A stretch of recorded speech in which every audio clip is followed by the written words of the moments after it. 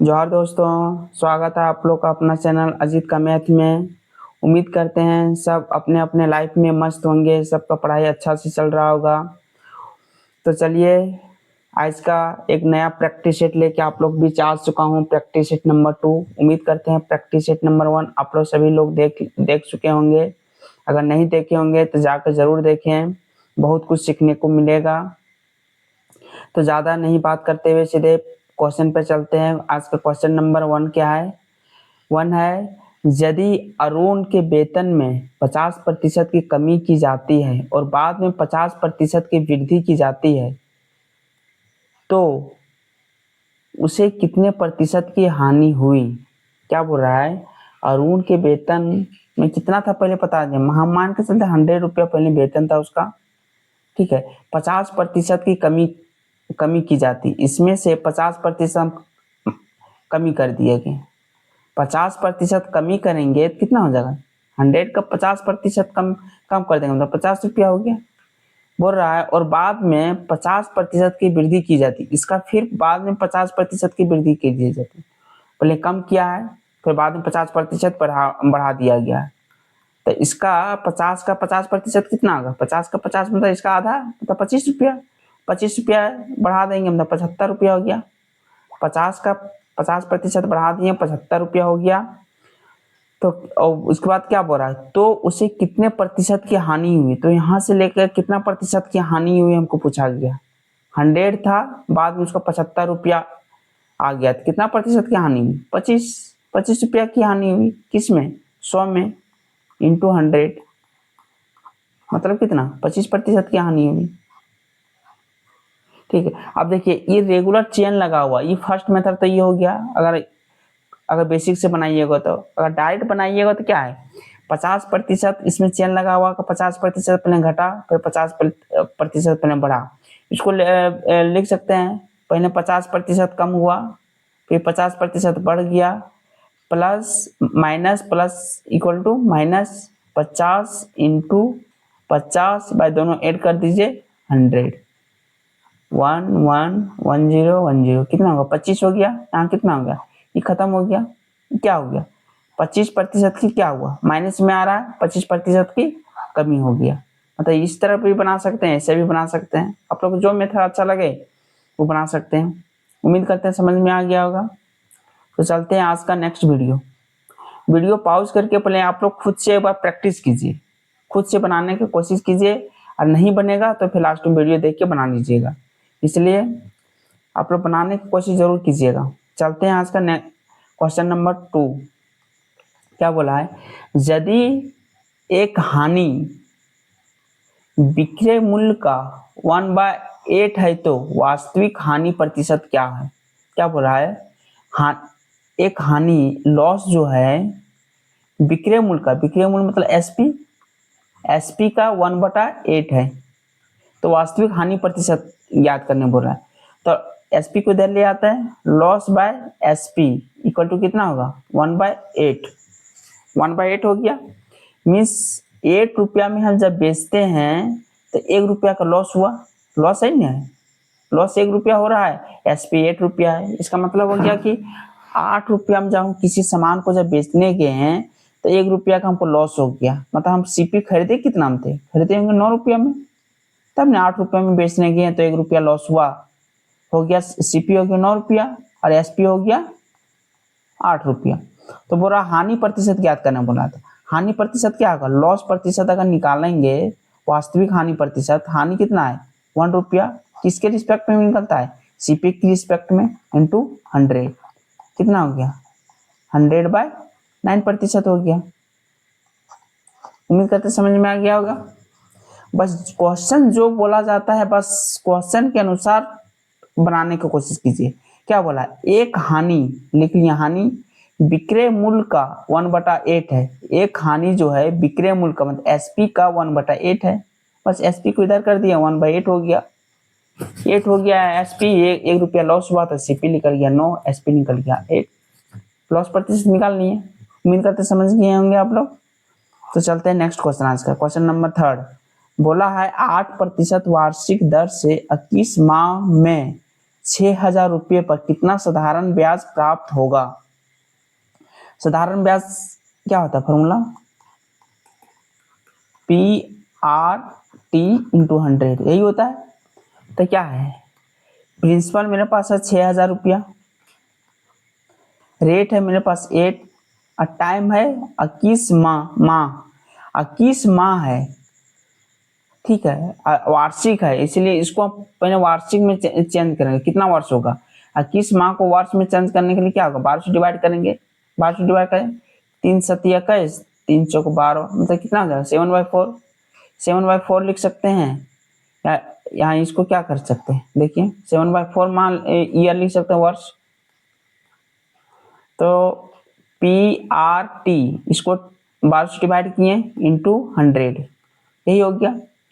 2 0 2 0, 4 दूना 8, 4 तिया 12, 3 सतिया 21, 7 दूना 14, 14 छक कितना हो गया 84, 60 गुने 2 120, 7 बराबर 840, ये हो गया। उम्मीद करते समझ में आ गया होगा। बस इसमें से यही समझना है कि माह को हमको चेंज करना है वर्ष में, बस 12 से डिवाइड कीजिएगा, चेंज कर दिए, ठीक है। उम्मीद करते हैं समझ गए होंगे। चलते हैं क्वेश्चन नंबर 4। क्या बोला है, दो संख्याओं का अनुपात इतना है, यदि पहला संख्या इतना है तो दूसरी संख्या क्या है। दो संख्या मेरे पास 3:5, पहला संख्या मेरे पास दिया 5153, कितना मल्टीपल है 51 का, तो ये भी मल्टीपल 51 का होगा, 5 5, ये मेरे पास आंसर हो जाएगा, ठीक है। और इतना करने की जरूरत भी नहीं था। अगर दो अनुपात दिया हुआ है 3:5 दिया हुआ है, मतलब अगर हमको निकालना है दूसरी संख्या, निकालना है दूसरी संख्या मतलब 5 के बराबर निकालना है, 5 का बराबर है मतलब आंसर जो भी होगा 5 का फैक्टर होगा। अब 5 का फैक्टर मेरे पास ऑप्शन एक ही है, ये नहीं है, ये नहीं है 5 का फैक्टर, ये नहीं है 5 का फैक्टर, डायरेक्ट यही है, ये नंबर डायरेक्ट हम निकाल सकते थे, हमको इतना करने की कोई जरूरत भी नहीं था, ठीक है। इसीलिए हमेशा स्मार्ट अप्रोच लगाइए। ऑप्शन से हमेशा बोलते हैं, ऑप्शन से जरूर क्वेश्चन करने की कोशिश कीजिए, ठीक है। ऐसे भी समझ गए होंगे, ये भी कोई ज्यादा लॉन्ग प्रोसेस नहीं है। उम्मीद करते हैं अच्छा लगा होगा क्वेश्चन। चलिए नेक्स्ट क्वेश्चन चलते हैं। क्वेश्चन नंबर 5 क्या बोल रहा है, किसी संख्या के 3 से विभाजित होने की शर्त क्या है। कोई भी संख्या 3 से विभाजित होने का शर्त क्या होता है, सभी को पता होगा 3 से विभाजित होने का शर्त क्या है सो, ठीक है। देखते हैं ऑप्शन नंबर डी क्या है। उसे संख्या के अंतिम अंक या तो 2 या कोई सम संख्या अंतिम, अगर कोई भी संख्या अंतिम 0 हो तो 3 से कटेगा, या कोई सम हो तो 3 से कटेगा, नहीं कटेगा, सब संख्या नहीं कटेगा। मतलब ये कोई बोला गया इस शर्त को फॉलो नहीं कर रहा है, मतलब ये मेरे पास गलत है, शर्त फॉलो नहीं कर रहा है, मेरे पास गलत है आंसर, ठीक है। देखते हैं बी नंबर, उस संख्या के अंतिम 2 अंक 3 से विभाजित हो। अगर अंतिम 3 अंक अगर 2 अंक 3 से विभाजित हो तो जरूरत नहीं कि सभी संख्या 3 से डिवाइड हो जाएगा। सो अगर यहाँ 5 रख दिए तो तक हो जाएगा, नहीं होगा। अगर 5 रखेंगे तो ये तो नहीं 3 से डिवाइड होगा, इसलिए कोई जरूरत नहीं कि अंतिम 2 संख्या अगर 3 से डिवाइड हो जाएगा तो पूरा संख्या 3 से डिवाइड हो जाएगा। मतलब ये भी शर्त में गलत लिखा हुआ है। 1 चलते हैं, वह संख्या के विषम और सम अंकों के योग का अंतर 3 से विभाजित हो। ऐसा नहीं कि विषम और सम का अंकों का अंतर अगर 3 से विभाजित हो जाएगा, तो ऐसा कोई जरूरत नहीं है। मतलब कोई भी संख्या लिख सकते हैं 5 2 3 3 4, ठीक है। आप क्या बोल रहा है, बोल रहा है कि सम और विषम संख्या के योग कीजिए। विषम कितना है 5 से 3 8, सम कितना 2 और 4 कितना होगा 6, दोनों का अंतर निकालने, अंतर निकालेंगे कितना हो जाएगा 2 2 2, ऐसा नहीं कि 3 से डिवाइड होगा, 3 से डिवाइड नहीं होगा, 3 से विभाजित हो, ऐसा नहीं हुआ है कि 3 से डिवाइड होने का ये भी कोई शर्त है सो, ठीक है। ऑप्शन सी देखिए, उस संख्या के अंकों का योग 3 से विभाजित हो, मतलब कोई भी संख्या हो अगर अंक उसके 3 से विभाजित हो, 3 से सम करने के बाद 3 से अगर विभाजित हो रहा है तो पूरी संख्या 3 से विभाजित हो जाएगा। कोई भी लेगा जब 1 2 3 मतलब 3 है तो 5 और 1 6, 6 है तो 3 से डिवाइड हो रहा है, ठीक है, मतलब ये पूरी संख्या 3 से डिवाइड हो जाएगा, ठीक है। ऑप्शन नंबर सी, मतलब सी मेरे पास जो बोला है उसका उसके लिए शर्त परफेक्ट है। उम्मीद करते समझ में आ गया होगा। 3 का फैक्टर हो गया, 5 का फैक्टर हो गया, 11 का फैक्टर हो गया, सबका फैक्टर आप लोग को बताया जाएगा एकदम नया नया मेथड से। तो चलिए, उम्मीद करते समझ गए होंगे। चलते हैं नेक्स्ट क्वेश्चन आज का, क्वेश्चन नंबर 6 क्या है, के का मान ज्ञात कीजिए जिससे इतना 4 से विभाजित हो जाएगा, ठीक है। क्या है, 8 5 3 2 0 6 के 4 से डिवाइड करने का इसका है कि लास्ट जो 2 डिजिट है वो 4 से अगर डिवाइड हो जाएगा तो पूरी संख्या 4 से डिवाइड हो जाएगा। अगर लास्ट 2 डिजिट 4 से डिवाइड होगा तो पूरी संख्या 4 से डिवाइड हो जाएगा। 4 से डिवाइड होने का यही शर्त है। तो लास्ट का 2 डिजिट क्या है, 6 और के है, अब 4 से डिवाइड करेंगे। 4 से डिवाइड करेंगे एक बार में जाएगा, 4 के 4 कितना बचा, 2 बचा। अब यहाँ क्या कौन सी संख्या रखें जो 3 से डिवाइड, वो 4 से डिवाइड हो जाएगा। अगर यहाँ पे अगर 1 रखते हैं तब तो डिवाइड नहीं होगा, अगर 0 रखते हैं तो 5 चौक 20, मतलब यहाँ 0 रखेंगे तो डिवाइड हो जाएगा। यहाँ पे अगर क्या रखेंगे, यहाँ 6 रखेंगे तो पर भी नहीं होगा, 4 रखेंगे तो हो जाएगा, 4 रखेंगे तो हो जाएगा, या तो 0 रखेंगे तो पर भी हो जाएगा, 4 रखेंगे तो पर भी हो जाएगा। तो ऑप्शन में मेरे पास सिर्फ 0 दिया हुआ, इसलिए आंसर 0 हो जाएगा। 4 से डिवाइड करने का बस एक ही शर्त है कि लास्ट का 2 डिजिट 4 से डिवाइड होना चाहिए, और 3 का डिवाइड होने का शर्त बताएंगे। टोटल संख्या को सम कीजिए, अगर सम 3 से डिवाइड हो जा रहा है तो पूरी संख्या 3 से डिवाइड हो जाएगी। उम्मीद करते समझ गए होंगे आप लोग। तो चलते हैं आज का नेक्स्ट क्वेश्चन, क्या बोल रहा है सो, क्वेश्चन नंबर 7 बोला है यदि a by B plus b by a equal to 1, not equal, a is not equal to 0, b is not equal to 0, ठीक है। तो हमको निकालना है क्या चीज, निकालना है a cube plus B cube by 3ab, यही निकालना है हमको, ठीक है। तो चलते हैं, क्या आप देखिए इसको एलसीएम अगर लेंगे तो क्या होगा, इधर मल्टीप्लाई हो जाएगा, इधर मल्टीप्लाई हो जाएगा, क्या हो जाएगा, A square plus B square by A B equal to 1, ठीक है। इसको इधर मल्टीप्लाई करते हैं, क्या हो जाएगा,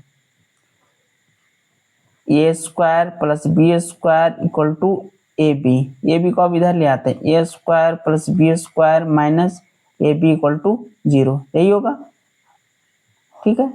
आप A cube plus B cube का फॉर्मूला क्या होता है, आप लोग को कल ही बताए थे हम।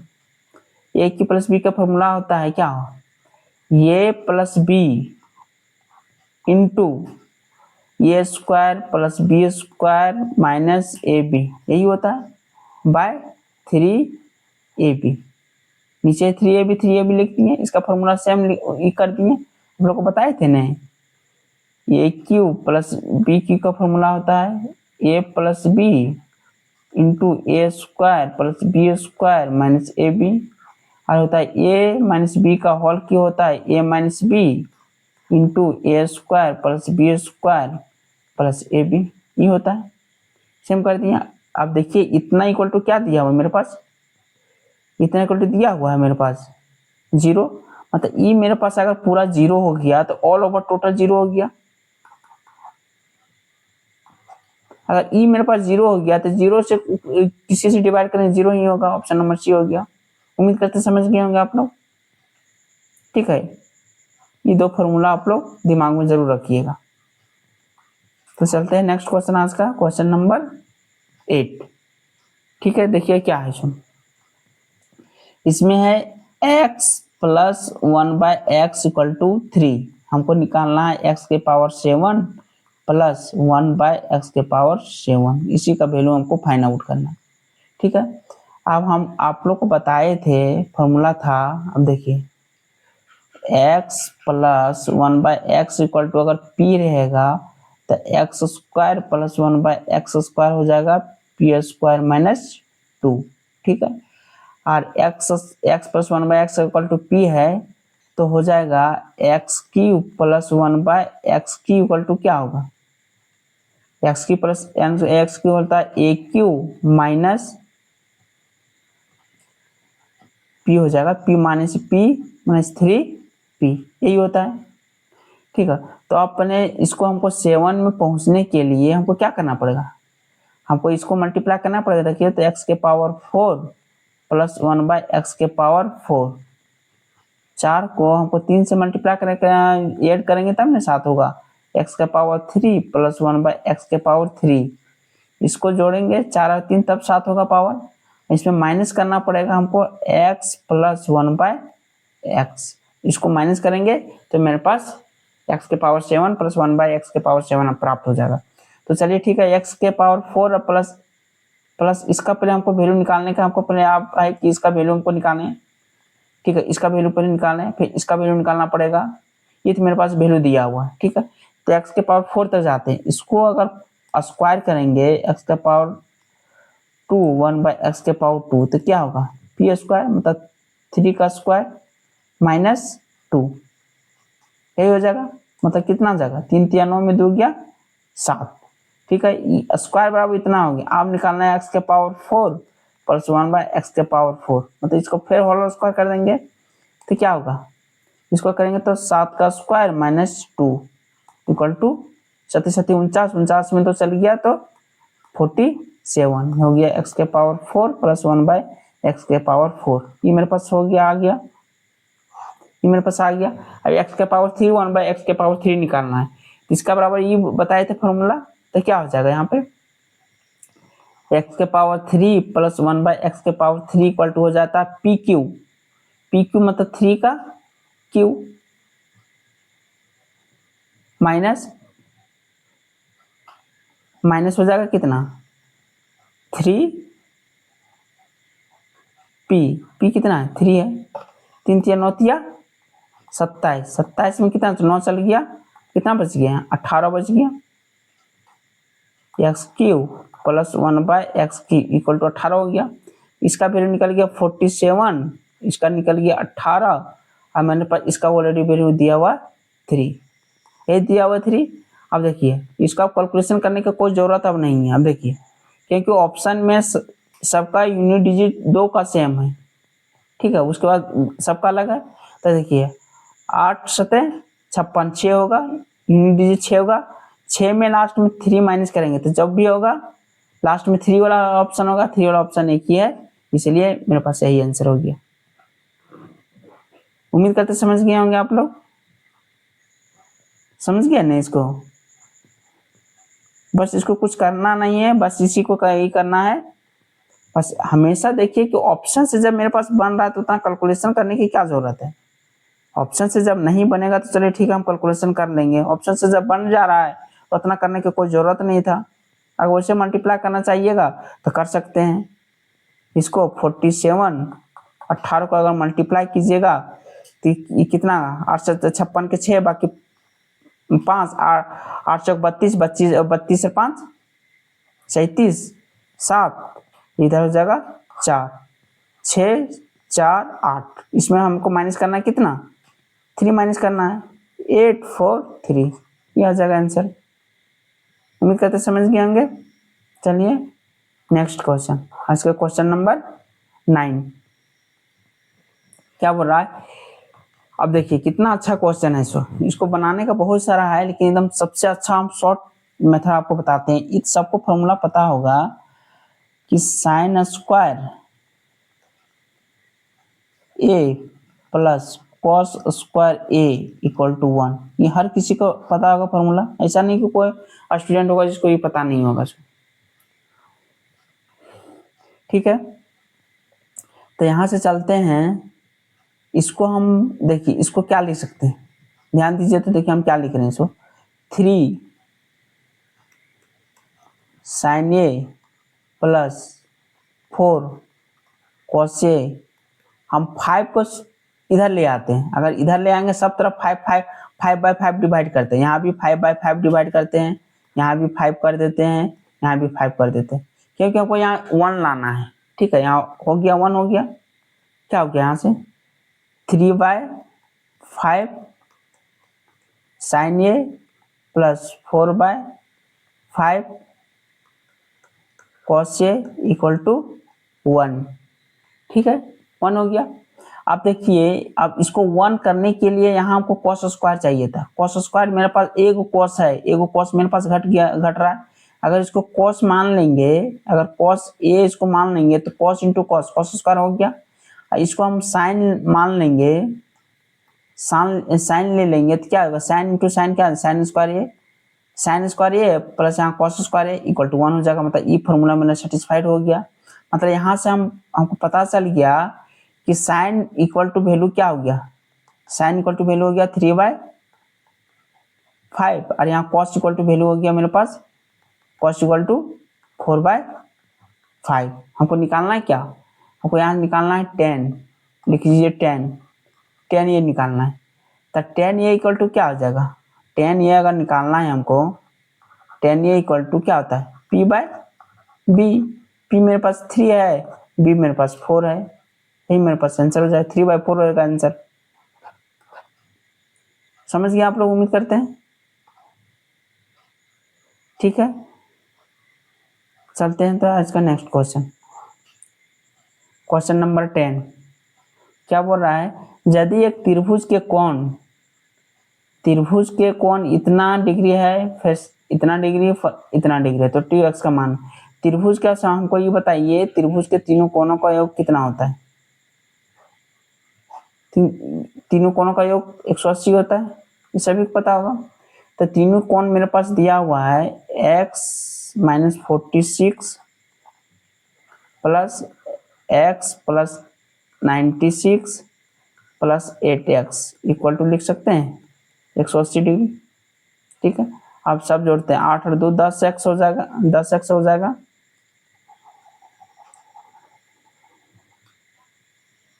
दस एक्स हो जाएगा, 10x minus 46 plus 96 equal to 180, यही हो जाएगा। क्या हो जाएगा 10x, ये हो जाएगा कितना 50 हो जाएगा, 50 उधर घट जाएगा तो कितना हो जाएगा 130 हो जाएगा, x इक्वल टू हो जाएगा 13। हमको निकालना है क्या 2x निकालना, इसलिए 2x इक्वल टू 26, यही हो जाएगा ऑप्शन नंबर सी। उम्मीद करते समझ गए होंगे आप लोग। ठीक है, तो चलते हैं नेक्स्ट क्वेश्चन आज का, क्वेश्चन नंबर 11 क्या बोला है, यदि समद्विबाहु त्रिभुज का परिमाप 50 सेंटीमीटर, समद्विबाहु त्रिभुज। ठीक है, समद्विबाहु त्रिभुज क्या होता है, समद्विबाहु त्रिभुज मीन्स जिनकी दो भुजा बराबर हो, समद्विबाहु मतलब दो भुजा जिसकी बराबर हो, दोनों भुजा बराबर है, ये कुछ अलग भुजा होगा। ठीक है, इसका परिमाप दिया हुआ है 50 है, 50 सेंटीमीटर इसका परिमाप दिया हुआ है। आधार अगर 18 है, मान के चलिए आधार 18 है, तो इसका जो भी होगा बराबर होगा। टोटल जब सम दिया हुआ 50 है, तो इस दोनों का सम कितना बच गया रेस्ट, 50 में 18, 50 मेरे पास निकल गया, मेरे पास बचा कितना 38 बचा है, 38 कहते 32 बचा है मेरे पास, 32 बचा है, मतलब 16 ये हो जाएगा, 16 ये हो जाएगा, 16 हो जाएगा, मतलब ये भी 16 32 32 और 18 हो गया, 50 हो गया। ठीक है, ऑप्शन नंबर कितना होगा, सी नंबर होगा। बराबर भुजाओं की लंबाई 16 सेंटीमीटर हो जाएगा। ठीक है, उम्मीद करते समझ गए होंगे आप लोग।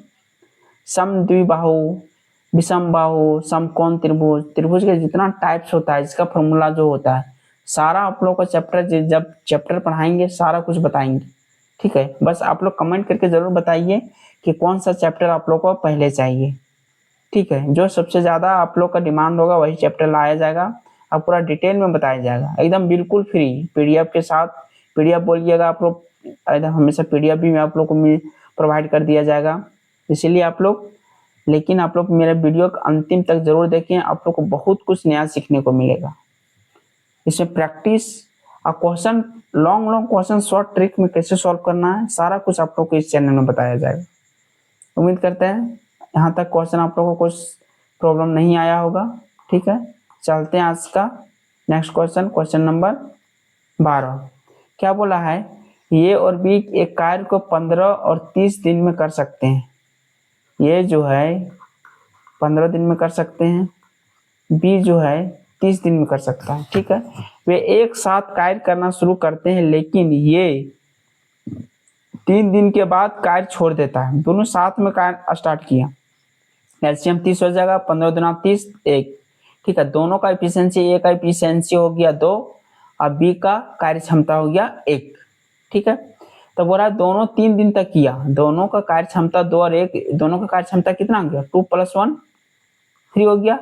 और कितना दिन तक काम किया, 3 दिन तक काम किया, मतलब 9 काम कंप्लीट उन लोग किया, उसके बाद ये छोड़ दिया। मतलब टोटल था 30, लेकिन 9 काम कर लिया, बचा कितना शेष में बचा मेरे पास 21 काम में मेरे पास शेष बचा हुआ है, जो सिर्फ बी करेगा।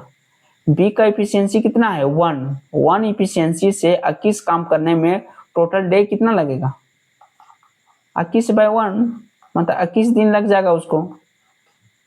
अकेले बी करेगा तो 21 दिन लग जाएगा। ठीक है, समझ गए होंगे। Option number A. तो चलते हैं नेक्स्ट क्वेश्चन आज का,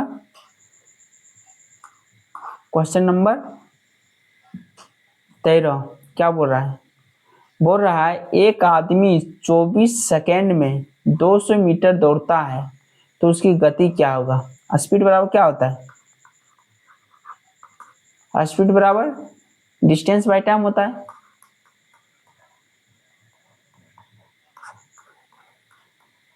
डिस्टेंस बाय टाइम होता है, डिस्टेंस बराबर कितना है 200 मीटर और टाइम कितना है 24 सेकेंड। ठीक है, लेकिन हमको दिया है किस में, किलोमीटर में हमको पूछना है। किलोमीटर में करने के लिए क्या होता है 18/5। ठीक है, 18/5। अब बहुत किसी को कंफ्यूजन रहता है कि 18/5 मल्टीप्लाई करें या 5/18 मल्टीप्लाई करें, इसी में सबका कंफ्यूजन रहता है। आप देखिए, अच्छा ठीक है, इसको हम बता रहे हैं एकदम, कभी आज के बाद गलती नहीं होगा। क्या मल्टीप्लाई करेंगे इसको, क्या होगा, इसको डिवाइड करते हैं, 5 चौक 20, 4 दें 40, 6 चौक 24, 6 तिया 18, मतलब कितना 30 kilometre per hour. Option number A. जब हमको किलोमीटर से हमको पर आवर से मीटर पर सेकेंड चेंज कर जाना है, तो क्या किलोमीटर से मतलब छोटा में जा रहे हैं, किलोमीटर बड़ा है, मीटर तो छोटा में जा रहे हैं। छोटा में जाने के लिए हमको 5/18 से मल्टीप्लाई करेंगे। अगर मीटर पर सेकेंड है और हमको जाना है किलोमीटर पर आवर, मतलब बड़ा में जाना है, बड़ा में जाने के लिए 18/5 से मल्टीप्लाई करेंगे। बस यही दिमाग में रखिएगा कि हमको छोटा से बड़ा जा रहा है कि बड़ा से छोटा मारे। ठीक है, उम्मीद करते समझ गए होंगे आप लोग। तो इसका आंसर हो जाएगा ऑप्शन नंबर ए। चलते हैं आज का नेक्स्ट क्वेश्चन, क्वेश्चन नंबर 14। क्या बोल रहा है, यदि ए बी से 25% अधिक है, ये जो है बी से कितना है 25% अधिक है। ठीक है, बी जो है सी से क्या है 40% कम है, 40% कम है। ठीक है, और सी जो है डी से 20% अधिक है, 20% अधिक है। तो बोला ये जो है डी से कितना प्रतिशत कम है। बस यही जो क्वेश्चन में दिया हम कर लिए। अब हमेशा ऐसा क्वेश्चन पीछे से स्टार्ट कीजिए। डी को हम मान लेते हैं 100 रुपया। ठीक है, 100 रुपये इसको मानेंगे तो 100 में जो सी है डी से 20% अधिक है, मतलब 100 का 20% अधिक करना है, मतलब 120 रुपया हो गया, सी का हो गया होगा। ठीक है, और जो बी है सी से 40% कम है, 120 का 40% कम करेंगे तो कितना होगा 72 हो जाएगा। अब नहीं समझ में आया होगा किसी को 72 कैसे आ गया। 120 में हमको 40% कम करना है, मतलब 60% निकालना है। 12×6 = 72 हो गया। ठीक है। हाँ, बी से ये जो है 25% अधिक है, 72 का 25% अधिक करना है तो कितना होगा? 72 का 125% निकालना है, मतलब हो जाएगा 90 हो जाएगा। 72 को 25% अधिक करना है, मतलब 125 निकालना है, भाई 100 हो जाएगा। 25 पचे 25 चौक 4 के 4, मतलब 4 32, 18 पचे 90, वही हो गया। तो अब बोल रहा है जो ये जो है डी से कितना प्रतिशत कम है, यहाँ से कितना कम है? 10% कम है। दिखाई दे रहा है 100 में 90 आ गया, मतलब कितना? 10% कम है। ऑप्शन नंबर ए हो गया। उम्मीद करते समझ गए होंगे आप लोग। एकदम ध्यान से क्वेश्चन पढ़िए। क्वेश्चन हमेशा हड़बड़ी क्या हो जाता है, अब बहुत स्टूडेंट क्या करता है, यहाँ लिखा हुआ ये जो है 20 से 20% अधिक है, तुरंत इसको पढ़ता है 20 सी से 40% अधिक है, सी डी से 20% अधिक है, सब अधिक अधिक करके बना के आ जाता है। लेकिन इसको ध्यान देना, यहाँ कम है, 2 मेरे पास अधिक किया गया है लेकिन एगो कम है मेरे पास। ठीक है, उम्मीद करते समझ गए होंगे। मेरा चैनल में जुड़े रहिए। सारा कन्फ्यूजन कौन सा क्वेश्चन में ज़्यादा कन्फ्यूजन होता है, सारा कन्फ्यूजन क्वेश्चन लाया जाएगा। ठीक है, तो चलते हैं आज का 15 नंबर क्वेश्चन। क्या है सो? समद्विबाहु समकोण त्रिभुज। त्रिभुज कितना है? समकोण त्रिभुज निकालना है, लेकिन समद्विबाहु होना चाहिए। समद्विबाहु मतलब जिसकी 2 भुजा बराबर हो। ठीक है, का परिमाप दिया हुआ इतना, परिमाप मतलब तीनों भुजा का योग दिया हुआ इतना। तो समद्विबाहु अगर समकोण त्रिभुज है, मतलब ये 90 डिग्री है, इसको ये मानेंगे तो ये भी ये होगा, ये होगा तो इसको दोनों भुजा बराबर है, ये होगा तो इसको क्या लिख सकते हैं? A square plus A square, क्या हो जाएगा? 2a square a√2। कर्ण की लंबाई a√2 हो गया, इसका लंबाई ये हो गया, इसका लंबाई ये हो गया। अब बोला कि हमको परिमाप निकालना है। इसका परिमाप मतलब तीनों भुजा का योग, तीनों भुजा का योग करेंगे तो ये प्लस ए प्लस a√2, परिमाप यही हो जाएगा। ठीक है, यहाँ से कितना हो जाएगा? 2a प्लस a√2, ये हो जाएगा। इतना इक्वल टू परिमाप मेरे पास क्वेश्चन में दिया हुआ कितना? 8√2 प्लस 1 दिया हुआ। ठीक है, यहाँ से हम ये √2 हम कॉमन ले रहे हैं। ठीक है, यहाँ से ये √2 कॉमन लेंगे तो यहाँ कितना बचेगा? √2 बचेगा। ये टोटल कॉमन लेंगे, यहाँ कितना बचेगा? 1 बचेगा, इक्वल टू 8√2 प्लस 1, ये हो जाएगा। तो चलिए देखिए, इसको कैंसिल कर सकते हैं। तो यहाँ क्या बचा? यहाँ मेरे पास बचा है ये √2 इक्वल टू 8, ये इक्वल टू 8/√2, रेशनलाइज कर दो, √2/√2 कितना हो गया? 2 हो गया। 2 से डिवाइड करेंगे 4 टाइम चल जाएगा। ये इक्वल टू कितना हो जाएगा? ये इक्वल टू 4√2 आ गया। ये मेरे पास a इक्वल टू आ गया, मतलब ये भुजा आ गया 4√2, ये भी भुजा आ गया 4√2। ठीक है, लेकिन हमको बोला कर्ण की लंबाई, कर्ण की लंबाई कितना माने हैं? ये √2 माने हैं, ये √2 माने हैं, मतलब a के वैल्यू कितना आ गया? 4√2, मतलब लिख सकते हैं 4√2 इंटू √2 इक्वल टू कितना आ गया? 4। इस √2 हो गया, 4 दूना 8 सेंटीमीटर, ये हो गया। ठीक है, ऑप्शन नंबर बी। उम्मीद करते समझ गए होंगे आप लोग। ठीक है, जो क्वेश्चन बोला गया है बस वही करते जाइए, आंसर खुद ब खुद आ जाएगा। ठीक है, उम्मीद करते हैं आज सारा क्वेश्चन कैसा है कमेंट करके जरूर बताइएगा। अच्छा, आप लोग को समझ में आ गया होगा, उम्मीद करते हैं। तो चलते हैं, फिर मिलते हैं नेक्स्ट प्रैक्टिस सेट में। तब तक अपना ख्याल रखिएगा, अब प्रैक्टिस करते रहिएगा। फिर मिलते हैं नेक्स्ट वीडियो में। जय हिंद।